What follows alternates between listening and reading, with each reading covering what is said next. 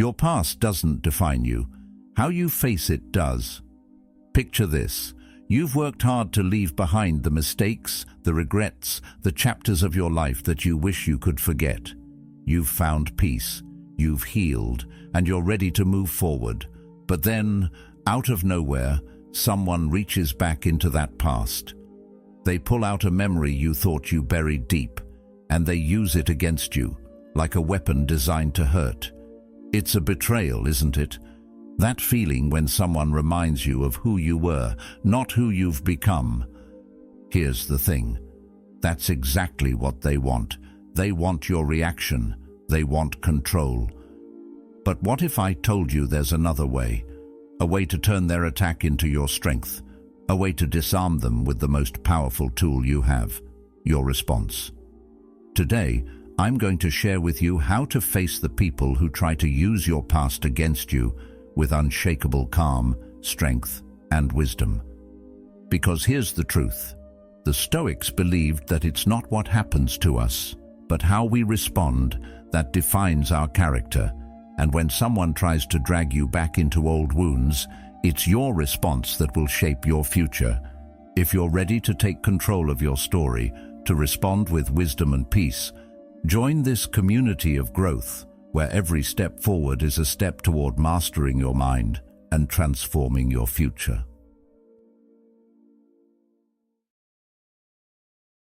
When someone dredges up your past, the first instinct is often to deny it, to push it away. We all do it at some point, try to bury the mistakes and the regrets so deep that they're hard to find.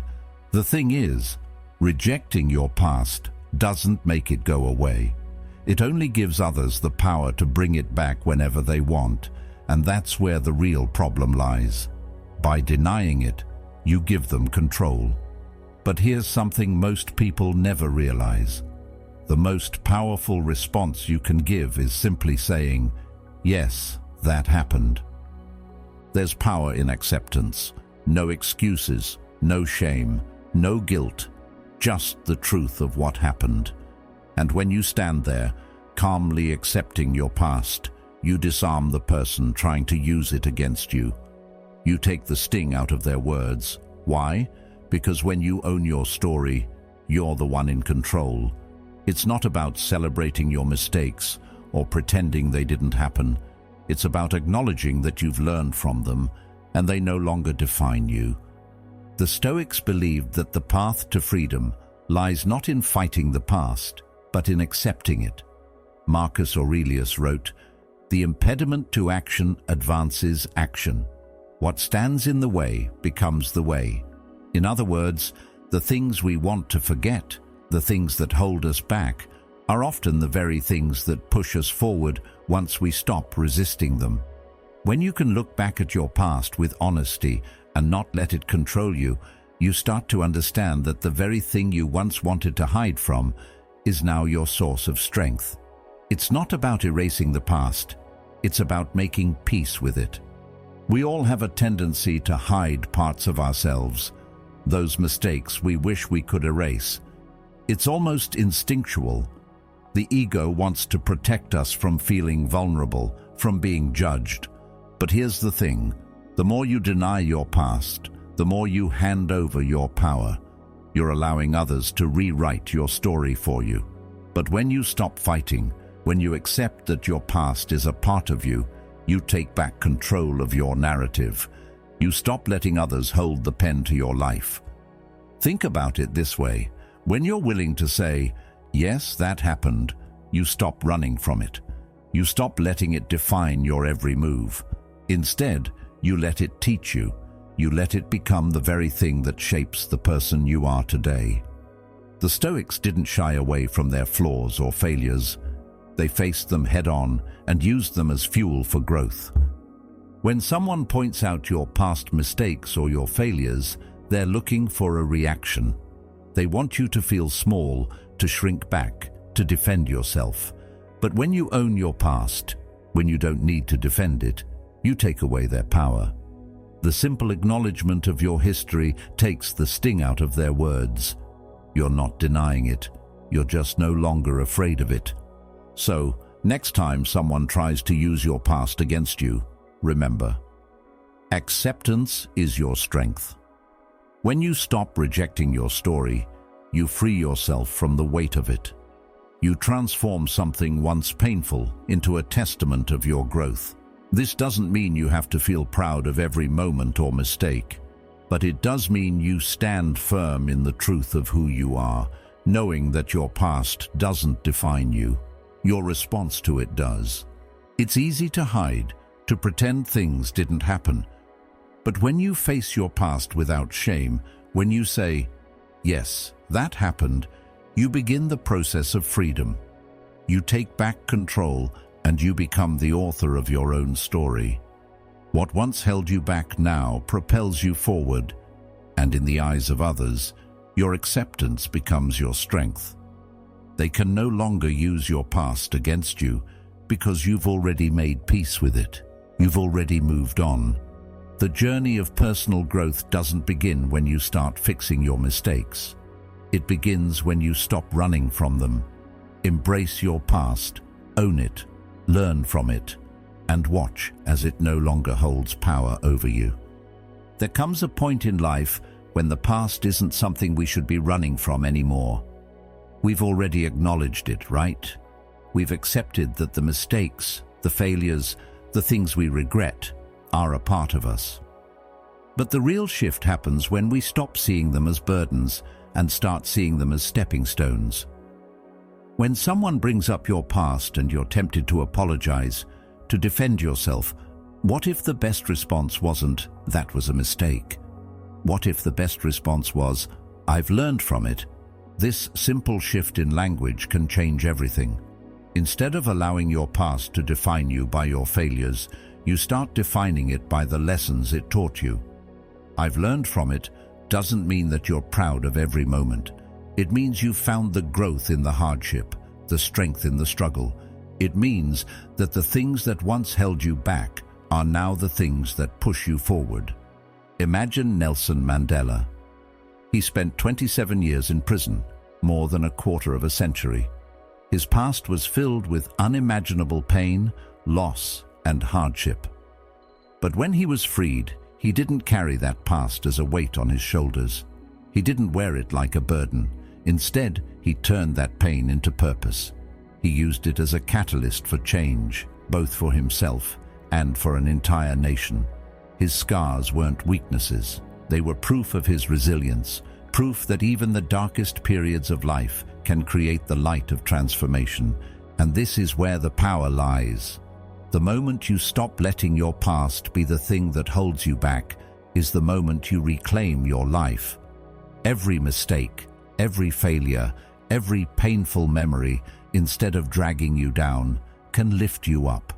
Because the truth is, we're not defined by the things we've done or the things that have happened to us. We are defined by how we rise from those things, by how we learn and grow in response.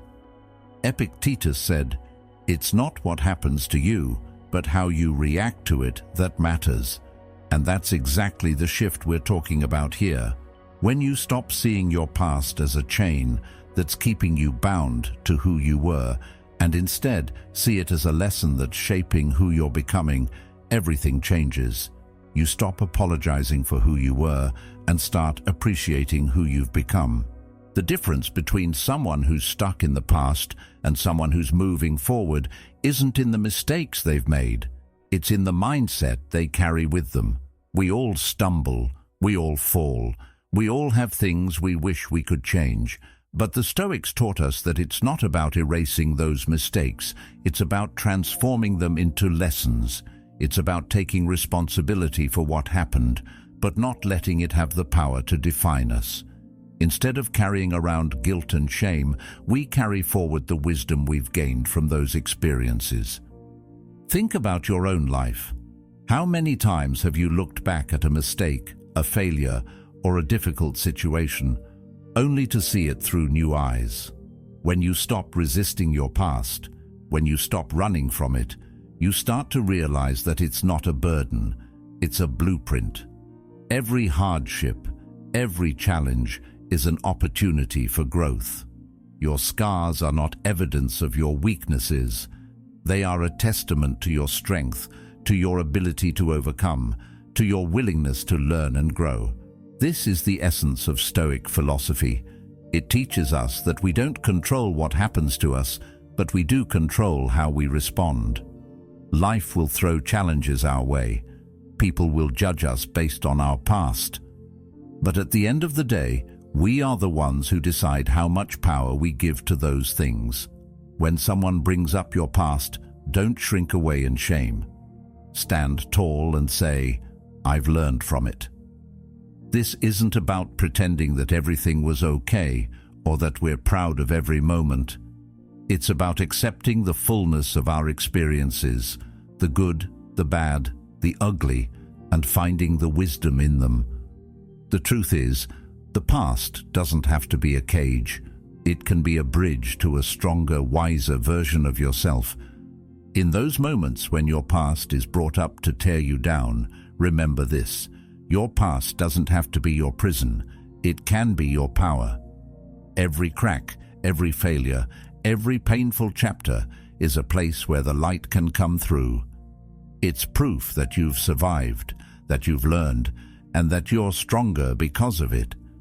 So, the next time someone tries to remind you of who you were, answer them with this: "I've learned from it."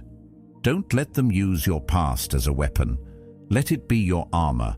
Let it be the thing that proves how far you've come and how much further you're willing to go. You are not your mistakes. You are not your failures. You are who you choose to become in the face of them. And when you own that power, no one can take it from you. When someone tries to drag you back into your past, the impulse is often to get defensive, to explain, or to fight back. But what if the most powerful thing you could do wasn't to react at all? What if instead you simply asked them, "Why are you bringing this up now?" It's a simple question, but it shifts the entire dynamic. By asking this, you're not engaging in their emotional game. You're stepping outside of it, creating space to observe their motives instead of just reacting to their words. It's amazing how much power lies in the act of pausing and asking a question. When someone brings up your past, it's easy to feel like they're putting you on trial, like they're forcing you to defend who you were. But when you ask, "Why are you bringing this up now?" you stop being the target. Suddenly, the focus is on them, not you.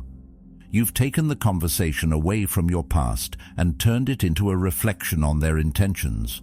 Why now? Why at this moment? What is the real reason behind this attack? Think about how much power lies in shifting the conversation this way. The Stoic approach here is about maintaining emotional control, observing the situation from a distance, and not letting yourself be pulled into an emotional spiral. Epictetus once said, "We cannot choose our external circumstances, but we can always choose how we respond to them." When you respond with a question instead of a defense, you've already begun to take control of the situation. You've chosen your response, and in doing so, you've stopped letting them dictate your emotions.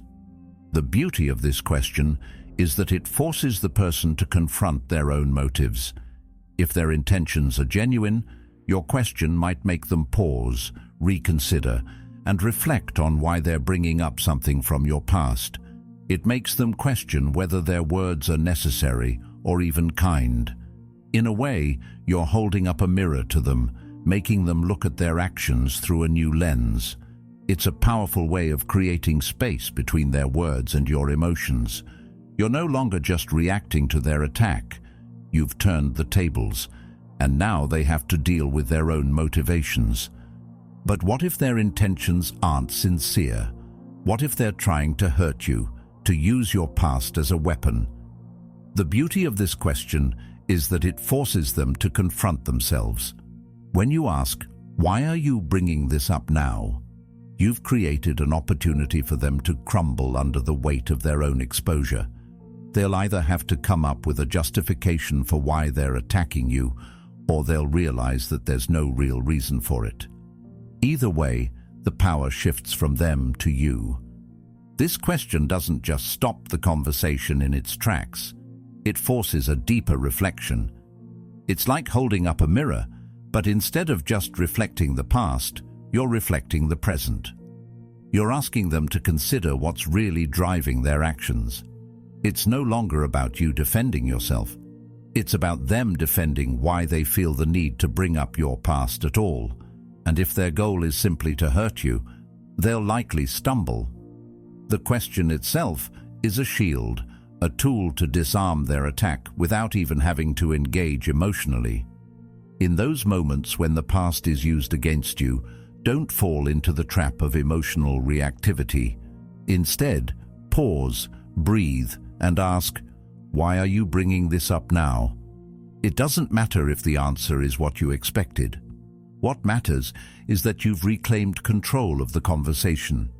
You've shifted from being the one on the defensive to being the one with the power to observe and question. And in that moment, you've already taken back control of your emotional state, your narrative, and your life. This simple question can be one of the most powerful tools in your emotional toolbox. It shifts the conversation away from past mistakes and turns it back toward the present moment. It makes the other person accountable for their intentions. You've removed yourself from being the target and put the focus back on them, where it belongs. If they want to keep dragging your past into the present, it's their choice. But now you're the one deciding how much power they'll have over you. The next time someone tries to use your past against you, try this. Don't get defensive. Don't try to explain. Instead, ask, why are you bringing this up now? You may be surprised by the shift that occurs, not just in the conversation, but in yourself. By asking this question, you not only regain control of the situation, but also take back the emotional space that's rightfully yours. Silence is one of the most powerful tools you have at your disposal. When someone tries to provoke you, the immediate instinct is often to react, whether it's through anger, defense, or even justification. We want to explain ourselves, to prove we're right, to make sure the other person understands us. But what if the best response in these moments wasn't a response at all? What if instead the power lies in staying silent? In a world where everyone is shouting, justifying, and explaining, silence stands out. It becomes an act of strength, not weakness. It's the quiet declaration that you are not moved by the words or actions of others. You're in control of yourself, your emotions, and your peace. When you refuse to engage in the emotional back and forth, you take the power back. You are no longer a puppet to someone else's provocations. Seneca once said, "The one who angers you conquers you." These words hold a profound truth.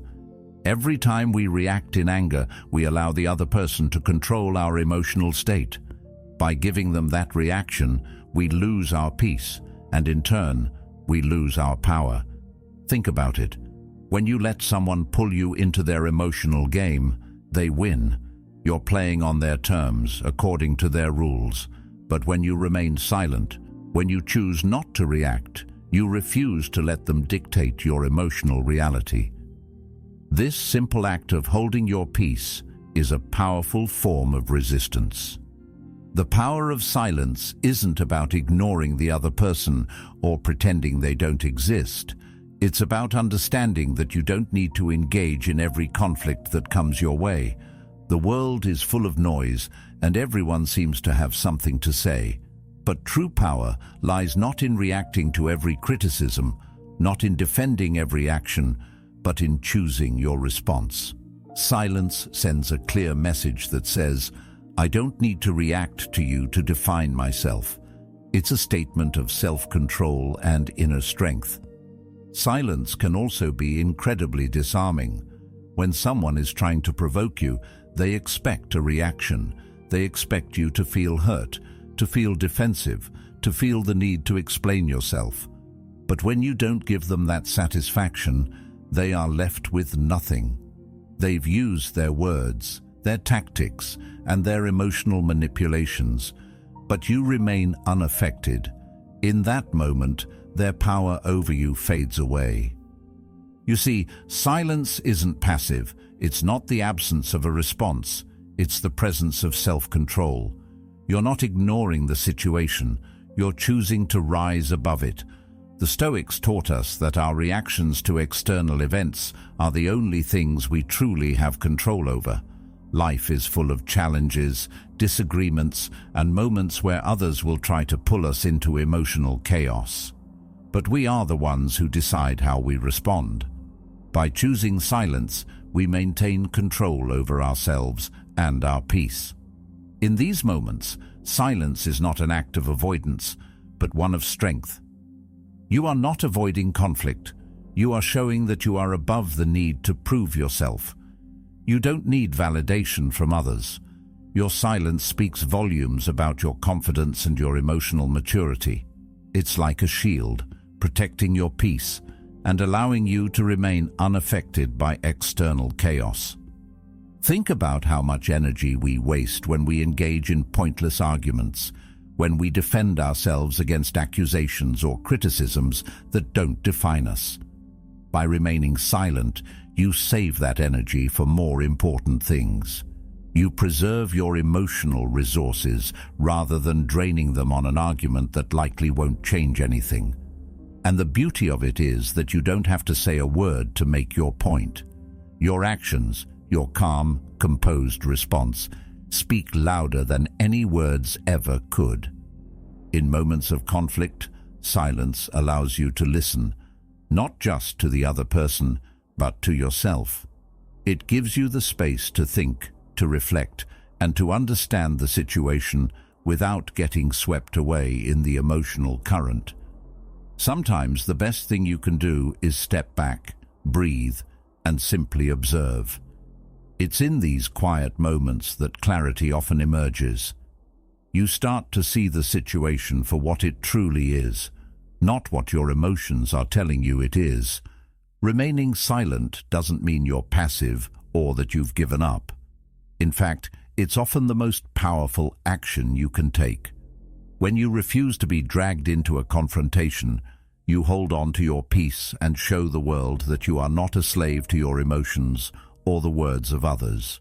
By choosing silence in the face of provocation, you create space for personal growth and emotional resilience.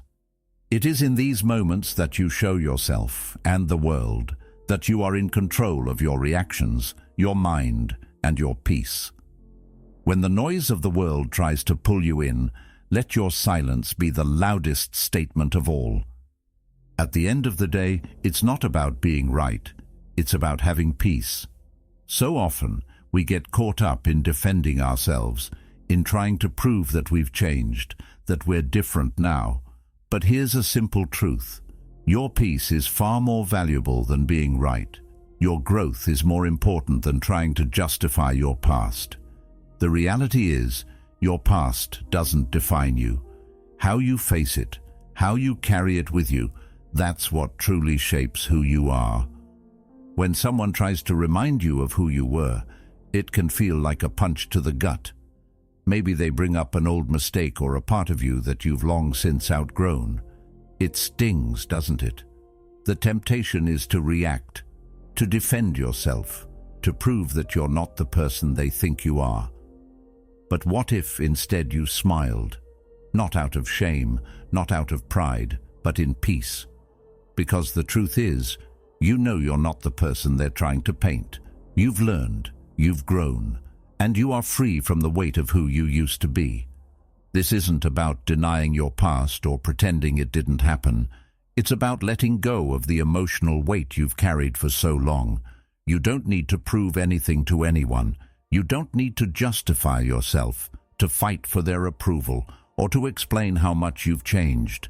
The most freeing thing you can do is stop trying to convince people of your growth. Those who truly see you don't need an explanation. They understand the transformation without words. And for those who refuse to see it, no explanation will ever be enough. Marcus Aurelius once said, "Waste no more time arguing what a good man should be. Be one." This simple yet profound statement cuts through the noise. The Stoic wisdom here is clear. Stop wasting time defending yourself. Just live in a way that reflects your growth. The more you try to justify, the more you tie yourself to the past. The more you defend who you were, the more you risk being caught in the web of who you used to be. Instead, just be. Be the person you've become.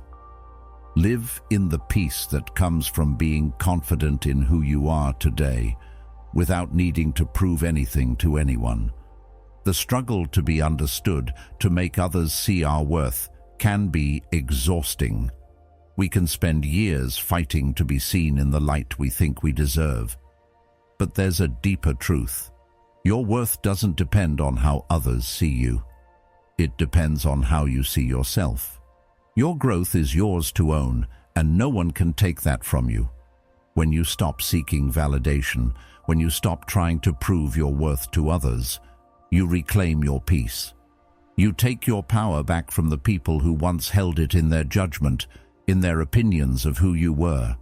There's a freedom in not needing to explain yourself. Think about it. Every time you feel the need to justify your past, you're letting someone else's opinion dictate your emotional state. You're handing them the keys to your inner peace. But when you let go of that need for approval, when you stop fighting to prove that you've changed, you take back control. You become the authority on your own life, and the only opinion that truly matters is your own. Your peace is yours to protect, and you don't have to give anyone the power to disturb it. We all have parts of our past we'd rather forget, parts of us that we feel embarrassed by, that we feel should stay hidden. But the Stoics remind us that it's not about erasing those parts of ourselves. It's about accepting them and moving forward. It's about choosing peace over perfection. You don't need to be perfect, and you don't need to have all the answers. You just need to embrace who you are now without being tied to who you were. When someone brings up your past, remember, it's not about you, it's about them. If they can't see your growth, it's because they're still stuck in the past themselves. But that's not your burden to carry. Your only responsibility is to keep moving forward, to continue growing, to keep building the person you are becoming. As Carl Jung wisely said, "I am not what happened to me, I am what I choose to become." This is the key. You are not defined by your past. You are defined by what you choose to do with it. So, let go of the need to prove anything. Let go of the need to explain yourself. Smile, not out of pride or shame, but in peace, because the truth is, you've already moved on. You've already grown. You've already done the work to leave the past behind, and now all you need to do is be the person you've become, without apology, without justification, and without the need for approval. In the end, peace is what matters most, not perfection, not proving you've changed, not winning every argument. Peace is the foundation on which everything else is built. When you stand firm in your peace, when you let go of the need to defend who you were, you become unstoppable. So, smile. You've already moved forward, and the only thing left is to keep moving. Remember, your peace is your true power. It's not about being perfect, not about defending who you were, but about embracing who you've become. So, choose peace over perfection, and let go of the need to prove yourself. And if you're ready for more, check out the video on the screen. It's the next step on your path to peace. Thank you for being part of Stoic Journal. Keep moving forward with strength and clarity.